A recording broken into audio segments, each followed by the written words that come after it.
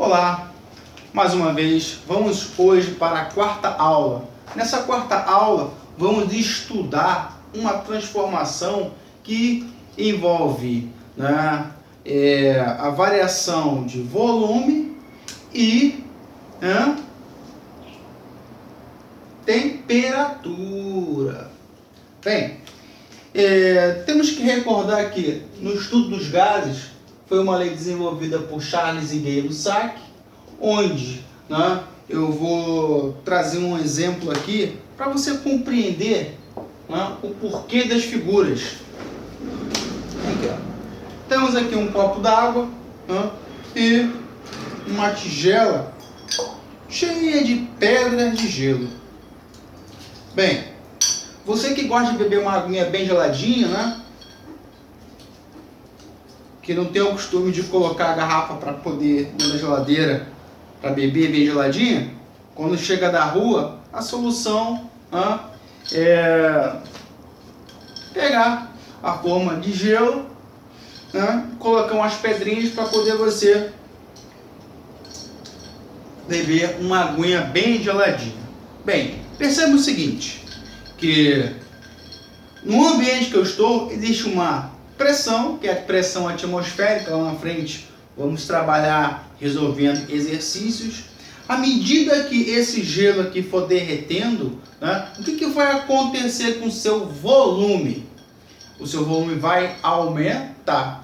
E na realidade, o volume vai aumentar e a temperatura vai aumentar ou vai diminuir?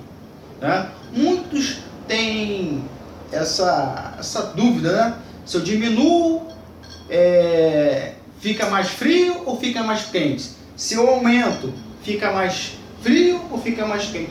Nesse caso, a pedra de gelo ela tende a entrar em equilíbrio térmico com o ambiente que eu estou aqui dando aula. Ou seja, a temperatura vai aumentar. Até um certo ponto que essa pedra de gelo, ela vai se tornar água.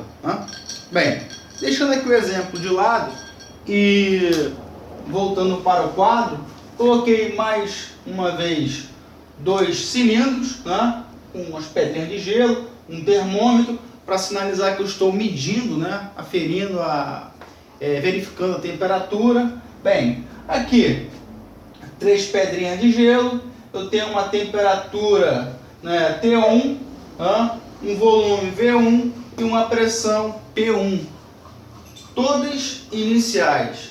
Bem, à medida que o tempo for passando, o que vai acontecer com essa pedra de gelo? Ela tenderá a entrar em equilíbrio térmico, ou seja, teremos agora um volume 2, uma temperatura 2 e a pressão. A pressão aqui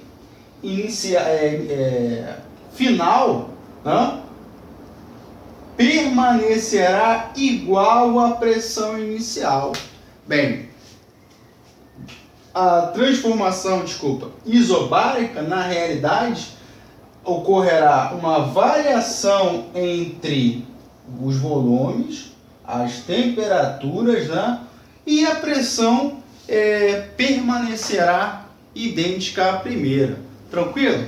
Bem, para poder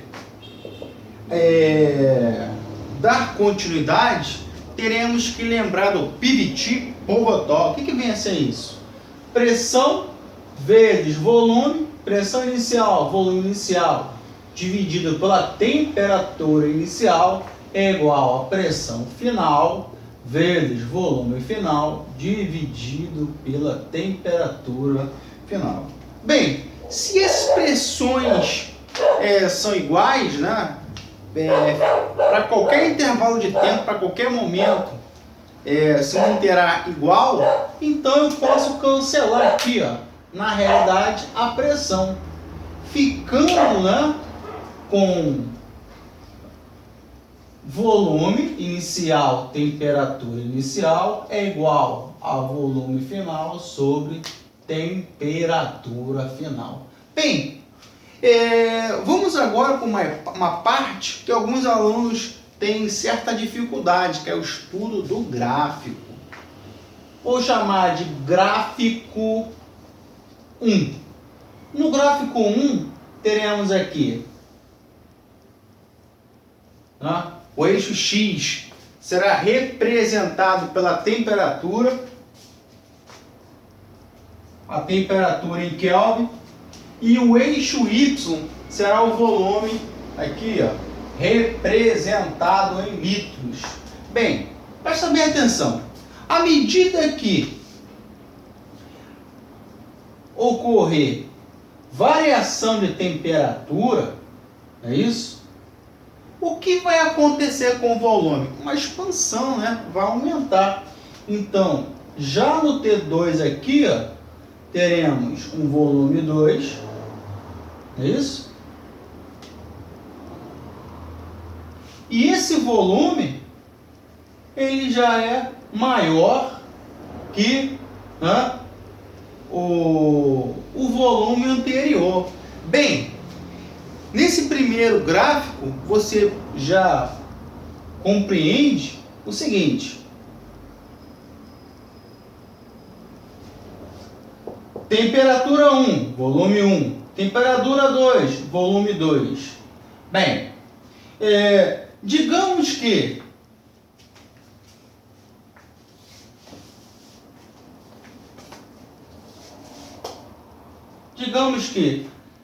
o próximo gráfico, né, seja uma relação entre temperatura e pressão. Como ficaria, né, o gráfico? Assim, ó.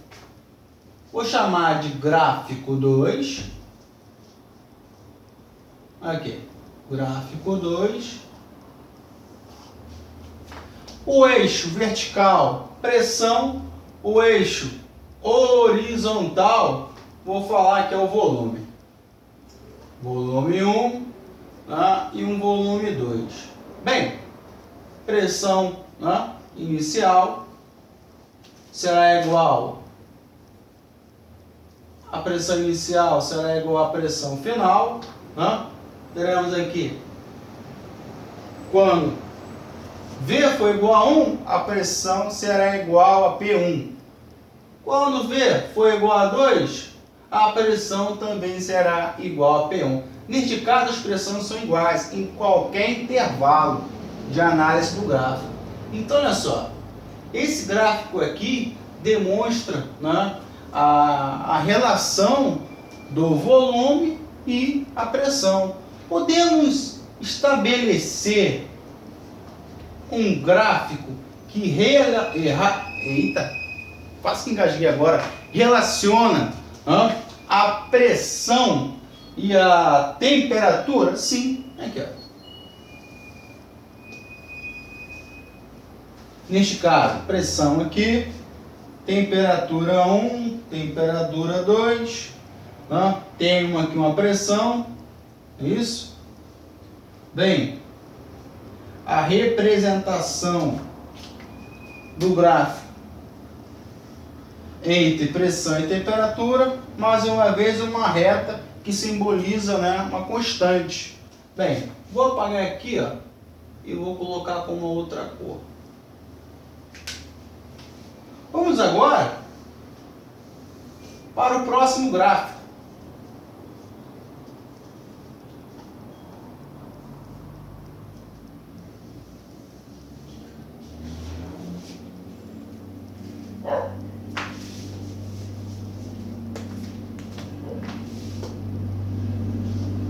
Nesse gráfico, vamos comparar sucessivos volumes, né, e temperaturas para poder observar aonde está localizada a maior pressão. Aqui, ó, eu tenho essa reta aqui, que corresponde a esse ponto aqui. Bem, temos a temperatura, aqui temos o volume. Bem, volume 1. Agora vamos considerar uma outra reta, né? Essa outra reta teremos aqui uma temperatura, né? Um T2. aqui ó, um T1, aqui um T2, aqui um V1. V1 já foi aqui, né? Aqui será V2. Vou analisar mais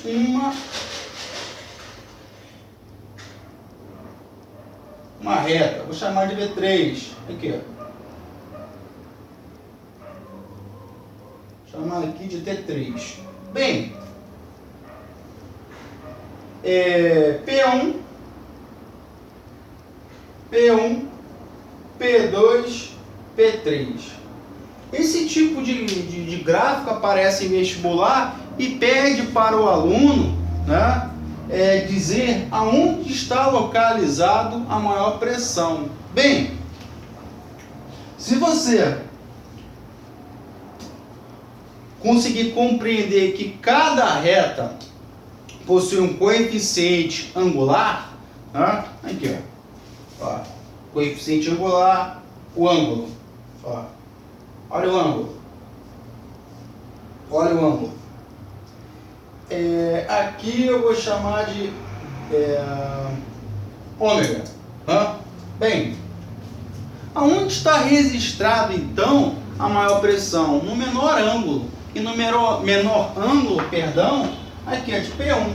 Logo, podemos escrever que P1 é maior que P2, P2 é maior que P3. Bem, nesta parte da aula, você compreendeu, né, que aumentando a temperatura, né, o volume vai aumentar, porém a pressão inicial permanecerá igual à pressão final. É isso? Relembramos aqui uma fórmula que será utilizada em exercícios futuros. Pressão vezes volume dividido pela temperatura inicial é igual a pressão final vezes o volume final dividido pela temperatura final, onde, como as pressões, né, são constantes, são iguais em qualquer intervalo de tempo, em qualquer momento, eu posso fazer o cut-cut, sobrando, né, essa fórmula que será utilizada somente quando a transformação for isobárica. Bem, no gráfico 1, eu relacionei a temperatura em Kelvin com o volume em litros, não é isso? À medida que a temperatura aumenta, o volume aumenta, ou seja, se a temperatura aumenta e o volume aumenta também, nós temos aqui grandezas diretamente proporcionais. Logo, eu posso escrever aqui que volume e temperatura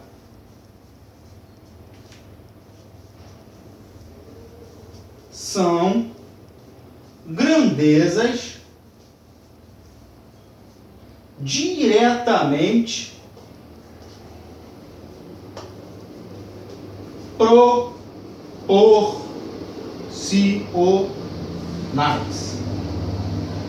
Bem, eu espero que na aula de hoje você tenha compreendido, né, a importância dos gráficos, é isso? E que, à medida do possível, né, essas pequenas dificuldades sejam sanadas, né, com o meu trabalho e com o trabalho de vocês. Um forte abraço e até a próxima aula. Tudo de bom.